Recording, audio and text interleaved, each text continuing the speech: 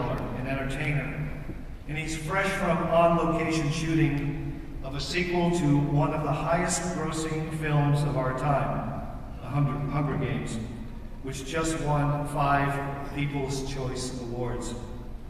We are honored to have such creativity among us today. It is my privilege now to ask Trustee Henry D. Mercer III, class of 1987, to present our honoree.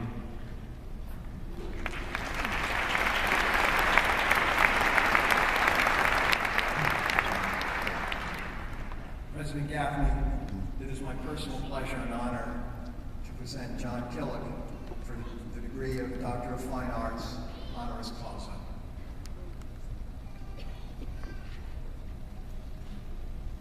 Jon Kilik, a supporter of our coast, our state, and our university. New Jersey native and award-winning film producer, we are proud today to honor you. You contributed to Monmouth University's growth in the arts by premiering notable films at the Two River Film Festival hosted on this campus. We all benefit from the stories you bring to life because they focus on human values and issues. These narratives communicate human understanding and empathy across cultures and across generations. Your protagonists often demonstrate a triumph of human spirit, and these victories resonate particularly with our mission that champions education as a valuable means of personal development, both in and out of the classroom. Additionally, you have served as an advocate for the wider Monmouth County community by bringing Hollywood-style production values to promotions for Prevention First, a regional nonprofit organization committed to helping children committed to keeping children safe and drug-free.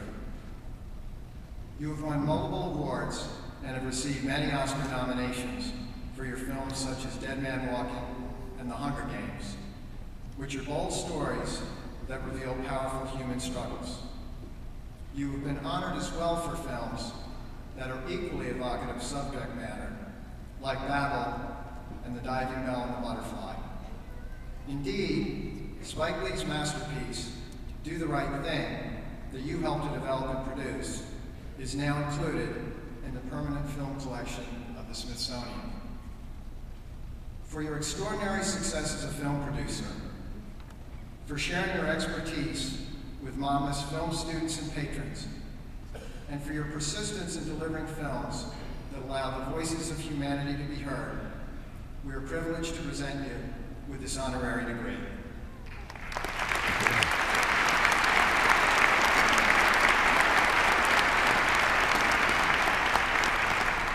Jon Kilik, by virtue of the authority vested in me by the Board of Trustees in the state of New Jersey, I now confer upon you the degree Doctor of Fine Arts, honoris causa, with all the rights and privileges pertaining thereto, and I request that you deliver our commencement address.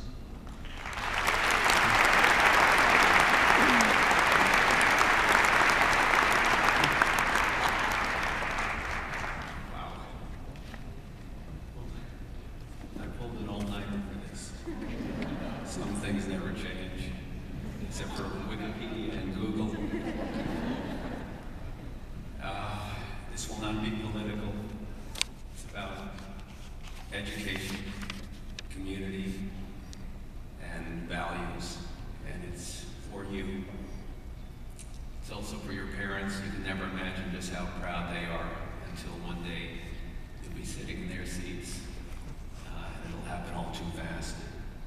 So, I'd like to thank Mr. Mercer, President Gaffney, Chairman Sculthorpe, Board of Trustees, members of the distinguished graduating class of 2013, parents, family members, friends of the class, ladies and gentlemen. Thank you very much for inviting me to share this commencement with you. I'm honored to be here, and I'll always be thankful that I experienced this occasion with the outstanding graduating class of 2013. This is your day, you have achieved your goal, and now you're ready to begin a new chapter. From bottom of my heart, I wish you safe travel on the journey ahead. It was right here in this area that my journey began. The Jersey Shore was interwoven in my memories of my childhood, my education, and my early film career. From Milburn to Wildwood, my New Jersey friends, family, and teachers helped to shape my dreams and my life. I will always remember that it was here in New Jersey where I found encouragement, self-confidence, and the lifelong friends who I still turn to today. I was about 6 years old when my mom drove my sister and me past Wilson Hall for the first time on our way to Lock Harbor Beach. We rode bikes without helmets, drank water from a hose, and when we fell down, we simply got up. No one worried much about sympathy. TV was free, time with our dad was priceless, and summer was forever. It was 1962. And at the same time, while I was on the Lock Harbor Beach, President John F. Kennedy was addressing students at Rice University in Houston, Texas. The president told the students, quote, "We meet in an hour of change and challenge, in a decade of hope and fear, in an age of both knowledge and ignorance. The greater our knowledge increases, the greater our ignorance unfolds." He went on to declare, "We choose to go to the moon. We choose to go in this decade and do other things, not because they are easy, but because they are hard, because the goal will serve to organize and measure the best of our energies and skills, because the challenge is one we are willing to accept, one we are unwilling to postpone." Those Rice University students could imagine that great dream, and those students were the ones who made that dream come true. One of them was a geology major named David McKay. Inspired by Kennedy's speech, McKay became a NASA scientist and trained Apollo astronauts Neil Armstrong and Buzz Aldrin for the moon landing. As the world held its breath, waiting to hear, McKay was part of the mission control team who received the first words from the moon, "The Eagle has landed." That Rice University student helped make the impossible possible. So what great declaration can I make that will inspire you to go out and change the world? What words of wisdom can I give to encourage you to go out and fix all of the problems that all of the generations before you have created? All I can do is talk a little about my journey and hope that it may somehow help you with yours. Today, you no longer have to go to the moon to find impossible problems to solve. In fact, if you want to change the world, we have plenty of big challenges right here, right around the corner. I was an average student with an interest in telling stories through film and photography. I was never able to find a way to do that in the classroom until I stumbled into a film class at the University of Vermont. One teacher was able to wake me up and encourage me to follow my dream.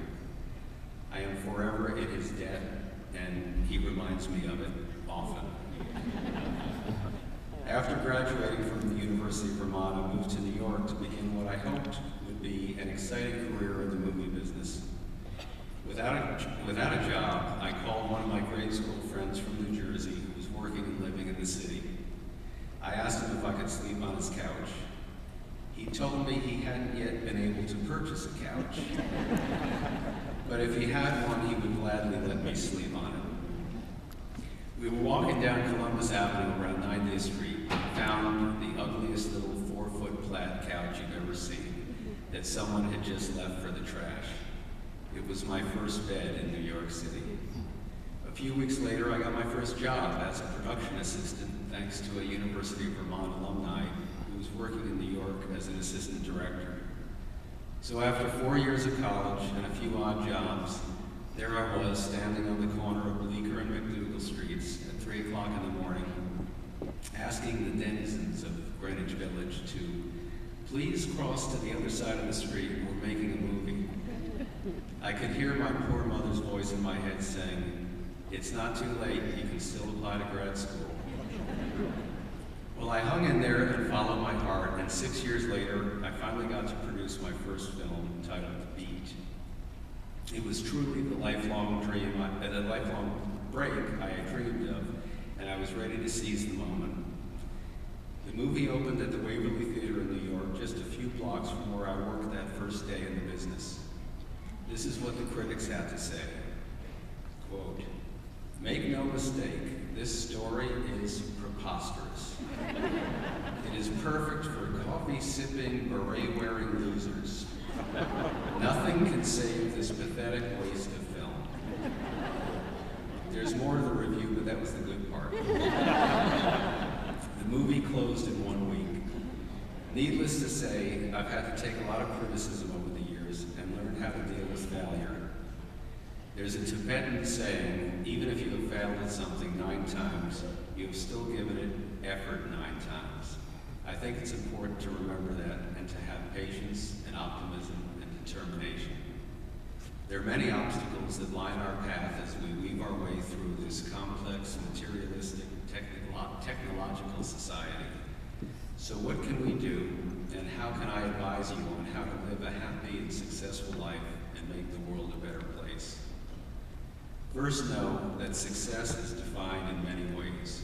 You will find yours, just as my sister Jane found hers. When we were growing up in New Jersey, my sister would work at a camp in Vermont for a couple of weeks each summer. She learned to be a good camper, and she loved it. She now lives in Rutland, Vermont, just a few miles from that camp on Lake Dunmore, far, far away from any Hollywood movie set. She teaches special needs children in the Rutland school system. Here is her resume as applied by Anna Quinlan's Short Guide to a Happy Life. Jane is a good mother to her 2 children, Otis and Rachel. She never lets her work stand in the way of being a good parent. She never considers herself the center of the universe. She is a good friend to her friends and a good friend to her husband. She makes her marriage vows mean what they say. She calls our parents often, and she always shows up for family holidays. She has a life, a real life, not a manic pursuit of the next promotion, the bigger paycheck, the larger house. She has a life in which she can enjoy beautiful sunsets over the green mountains of Vermont. She keeps her side of the street clean, and she knows how to live with others and respect them. She is a good camper. My sister learned from the examples set by our parents, grandparents, and teachers, who taught us without fanfare and without getting prizes for it. There are no Academy Awards for good parenting or good teaching. There should be. They simply do their job, never quit, never complain. As my grandmother said, a good name is rather to be had than riches. My parents and grandparents may not have gone out to change the world, but they certainly changed our world. I'm a filmmaker, and my work is describing the human experience. Movies put you in the shoes of other people. They can hold up a mirror and show us how we as a society are getting along with each other. Are we good campers? When we may do the right thing, Spike Lee addressed this question brilliantly. He detailed what happens when people don't listen to each other, when they think their way is the only way. He showed us where arrogance and intolerance lead us. Yet at the time, many critics called Spike a racist and an anarchist. With The Hunger Games, Suzanne Collins has created not science fiction, but an allegory that reflects the world we live in. Obviously, the U.S. is not Panem, and high school is not the games, but the book taps into the powerlessness, frustration, and desire for freedom, change, justice, and meaning that many young people today feel. The dystopian society in the Hunger Games feels not so distant from the world and the possible future that young people today face. To survive, you have to be totally fake. Everyone's always watching you, scrutinizing you, but no one really cares who you are or how you feel. With farcical politics, a crumbling economy, and an increasingly soulless culture, many young people feel that those in power can't be trusted to protect their future or support their dreams. And just like Katniss, Gale, and Peeta, many young people today harbor hope that nonetheless they can fight to effect change and build the lives they deserve. Movies make the issues come alive. They get us to become emotionally involved in the experiences of others. One of the main values of art is to stimulate our imaginations and inspire us to reconsider just who we are and what we believe. We will never find the world perfect as it is. There is no utopia, but we can go beyond our personal desires and make life for us and for others better than it is now. We need free thinkers, and we need to protect them so that their voices and ideas are given a hearing on the world stage. We must never give up the principle of having a sense of commitment to our community, and there is no time when that commitment has been needed more than now. Our hearts go out to all those affected by Superstorm Sandy. We take action, and we find a way to heal. America has always been about rebuilding and reimagining itself. America has always been able to do this because of its rich history of education. That is why Americans are so creative. We have always been able to adapt and reimagine ourselves. That imagination has never been more needed than for this current challenge. It's about working together and the strength of the community that you create around you. As big as the challenges are today, you are ready for them. You are better educated, more globally aware, and more socially conscious than any generation before you. And now it's time to use your energy and your skills. Stay in touch with each other and with this university. As your classmates grow in their fields, you will grow with them in yours. They are the ones you partner with.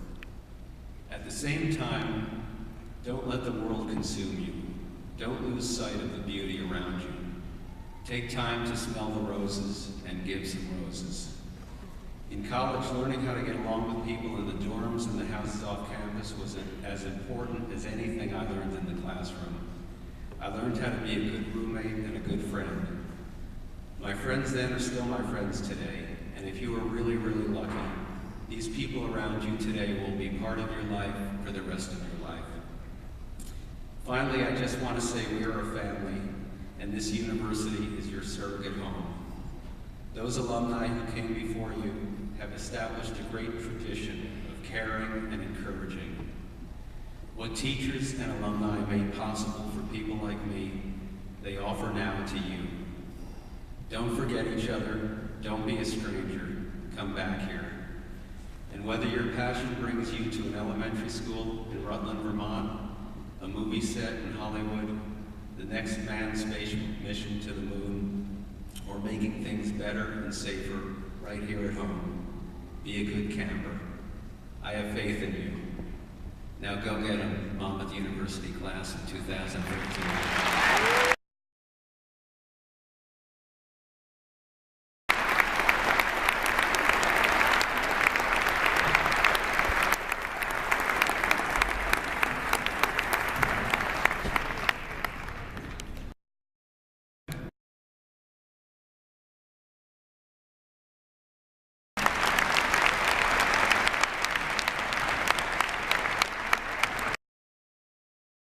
For reminding us that there are possibilities within all of the impossibilities around us, and may the odds be ever in your favor. We now come to the conferral of degrees, the primary reason for which we are gathered here today. Degrees will be awarded individually to the students, with candidates called to the platform by school. I first recognize